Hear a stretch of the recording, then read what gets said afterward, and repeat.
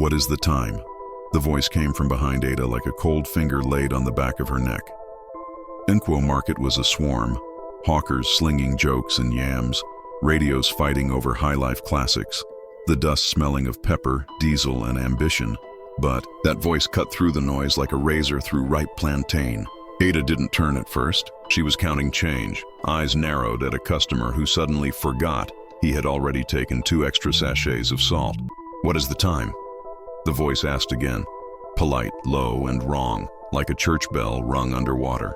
She glanced over her shoulder. The man was ordinary and not. Dust clung to him like old loyalty.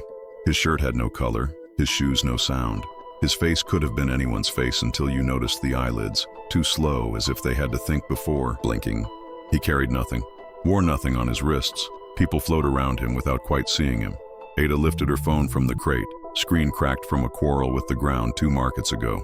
It woke reluctantly, the numbers glowed. 2 o'clock, she said. The man smiled just enough to lift the corners of his mouth without provoking any joy.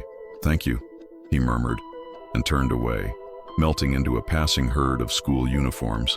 Ada frowned, tucked the phone back into her wrapper. Something about him bothered her. The tidiness of that smile, maybe, or the way the heat around them seemed to hiccup, like an engine running out of faith. Then a customer haggled with missionary zeal, and she forgot the man in the way you forget a mosquito bite while the pot is boiling over. 10 minutes later, the voice returned. Sorry, it said, with a small, fragile laugh. I forgot. What is the time again? Ada's head snapped around. The man stood where he had stood before, as if time had carried him back to his mark. She didn't like the way her chest tightened. She didn't like repeating herself, but she was not one of those traders who snapped for sport. She checked the phone. 10 minutes past 2, she said. He watched her mouth move like a man watching an approaching rain. I see, he said, though he clearly did not, and left, again slipping through bodies like a thought through a crowded head. Auntie Ada, yelled a boy with a tray of oranges, breaking her stare. You have fine face. Dash me 1 sausage roll and I'll protect your stall. Protect me from what? She asked, but without teeth. The boy's grin had already moved on. Ada kept working, stacking, selling, calculating, fending off jokes and creeping hands with equal accuracy. A new song started on the radio. A goat on a rope tried to eat the radio. A man argued with a woman about whether the yam he was buying had already lived 2 lives. Normal, all normal. The 3rd time the voice came, it didn't ask politely. What is it by the time? This time, Ada's patience evaporated like a puddle in noon sun. She spun. Find a watch, she snapped. It's a few minutes past 3, again. The man considered her the way a child considers a lizard, with curiosity that had misplaced its empathy. His eyes were too dark to be called brown and too empty to be called black. A faint tick, like a cheap wall clock dying, seemed to click from somewhere behind his smile. It is dawn, he whispered, so softly Ada wasn't sure he had spoken at all. Then he nodded once, as if the conversation had reached the only conclusion available, and took 2 steps sideways into the market. A woman carrying live chickens brushed past him, the feathers dragged over his sleeve without catching. When Ada looked again, he was gone. Who? Asked Auntie Nkem from the next stall, seeing Ada's face twist into the shape of a question. No one, Ada said, because lies are easier when the truth doesn't know where to sit. She tried to shake the feeling he left behind. It clung. The air felt thin. The clock app on her phone glitched and froze for a heartbeat at 2:03, then staggered on, apologetic. Business gusted up, then down. In the late afternoon, a dog tied near the bread stand suddenly sprang to its feet and barked at nothing. Once, twice, and then chased its own tail in a tight, frantic circle until it fell over. Ada could not explain the dream that night, only that she woke at exactly 3 in the morning with her heart pounding as if chased, her body stiff as wood, her eyes open but her mouth locked, a scream caged inside her ribs, and in the corner of the room near the cracked ceiling, a shadow darker than night itself seemed to crouch and stare. She fought to move, but the weight pressed harder until her chest ached. And then she heard whispers like many mouths speaking through one throat. She is told the time. Her time is open now. Let us in. Before suddenly the grip released, leaving her gasping and soaked in sweat, too afraid to sleep again. By dawn, she told her grandmother, Mama Ifeoma, who listened with face growing tighter, then spat into the dust and said, "Child, this is no ordinary man you met. We must see the Dibia before the sun sets." And so they walked deep into the bush where the air cooled and the birds sang like warnings, to the hut of Dibia Nkwo, whose eyes were red not from drink but from things no living man should see. And when Ada knelt before him and spoke of the stranger and the 3 questions, he dropped 3 cowries into a calabash of water and watched them sink without floating, the surface swirling into black. Then he muttered, "What touched you was not a man.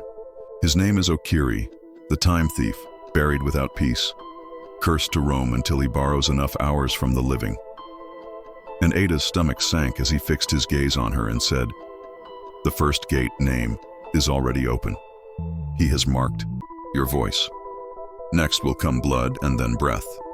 If he passes through all 3, your time will no longer belong to you." And Mama Ifeoma wailed, but the Dibia silenced her with a lifted hand and continued, "There is one way, but it is dangerous. You must endure 3 nights of testing. You must not call your name aloud no matter what form he takes. You must guard your blood from spilling into his shadow, and you must keep your breath from being stolen while you sleep. If you survive till dawn on the 3rd night, the bond will break." And he pressed into Ada's hands a pouch of bitter leaves and charcoal to burn for protection, but warned, protection is only skin deep. Courage must be in your marrow. So they returned home with fear clinging like wet cloth, and that evening as Ada prepared to bathe, she noticed a fine red cut along her forearm, no longer than a razor scratch, though she had touched no blade. Her breath caught, remembering the Dibia's words, and as the wind rattled the window open, she saw, on the floor beside her mat, an old rusted clock she had never owned, its hands frozen at exactly 2, ticking faintly, though it had no battery. And she understood with a shiver that the second gate, blood, was already pushing open. The first night after the Dibia's warning, Ada sat awake with the bitter leaves smoldering in a clay pot, smoke stinging her eyes while the whole house creaked like it had grown bones. Midnight dragged slow and heavy, and when the clock struck 2, the air turned sharp and a whisper slid under her skin, calling her name sweetly in her mother's voice, then angrily in her father's, then seductively in Obi's, the boy she once loved, each voice demanding, "Say your name, Ada. Say it so I can find you." But she bit her lip till it bled and pressed her palm to her throat, refusing to give it, until a scream tore through the silence and the smoke scattered, revealing the same stranger from the market crouched at the foot of her bed, eyes hollow, teeth clicking like clock gears, and when she still refused to speak, he hissed and melted into the floorboards, leaving only the ticking clock on her mat. She had survived the first gate, but the second night was worse, for as she tried to sleep, the window burst open and a cold hand dragged invisible blades across her arms and legs, thin cuts rising like red writing, her blood dripping onto the floor and forming shapes that crawled toward the shadow in the corner, and she realized the spirit was trying to drink it, to carry it back as an offering to the land of the dead. So she seized the pouch of charcoal, rubbed the ash into her wounds, and the blood sizzled black, vanishing before it reached the shadow, which screamed like boiling oil and fled, but not before leaving a burning handprint across her chest that throbbed until dawn. The 3rd night came too soon, and this time no smoke or ash could protect her. For as the hour struck, she felt her lungs collapse. Air squeezed out of her body as though unseen hands were kneading her chest, and her eyes bulged while she kicked. At nothing, the room spinning with laughter that was not laughter, voices chanting, borrow her breath, until she remembered the Dibia's final words and forced herself to stay calm. Breathing not through her mouth but through her spirit, whispering prayers in silence deep in her mind, and though her body nearly broke, she endured until a rooster crowed and the pressure snapped, air rushing back into her chest like a flood, leaving her coughing and shaking, but alive.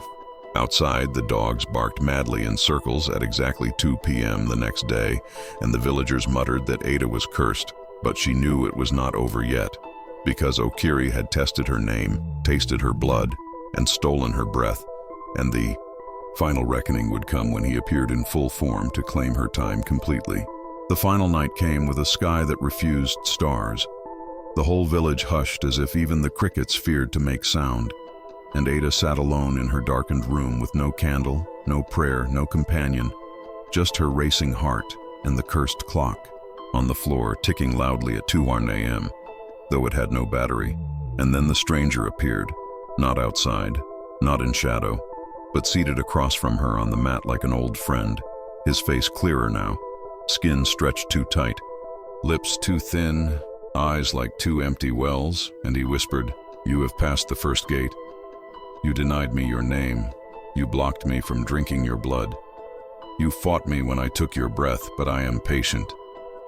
I have walked the earth for centuries, and all I need is your yes.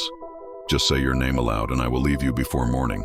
And though her tongue burned with the urge to speak, Ada clenched her jaw till her teeth rang, saying nothing. Her silence louder than any word, and the man's calm broke, his body rippling like torn cloth, shadows spilling from him and wrapping around her, clawing at her chest as if to tear her soul free, and her body convulsed, but still she refused to open her mouth, even when her lungs screamed and tears poured, until finally, with a shriek, like every clock breaking at once, the spirit dissolved into smoke, leaving her sprawled unconscious on the floor with a blackened handprint seared into her chest. At dawn, Mama Ifeoma and the Dibia found her there, pale but breathing, and the Dibia shook his head gravely. "You are strong, child, but the spirit is not finished. He will hunt another who answers his question, and every fool who tells him the time will become the next victim." And as Ada recovered, she noticed at exactly 3 o'clock each afternoon, the dogs near the market barked and spun in mad circles, a sign Okiri still searched for a doorway. She wanted to warn the villagers, but the Dibia forbade her, saying, "It is not your place, only guard yourself. Never again respond when a stranger asks you for the time." And so Ada lived with her scar and her silence, knowing she had survived, but at a cost. And to you who hear this tale, remember her warning. Never give your time to a stranger, because not all who ask are late, some are lost, and some are hunting. Thanks for watching till the end. I hope you learned a lesson from this story today. Your support means a lot. Please hit that like button and subscribe to this channel so you never miss amazing tales from us. You will find a lot of great stories. That's it for today. Till then, take care. Bye.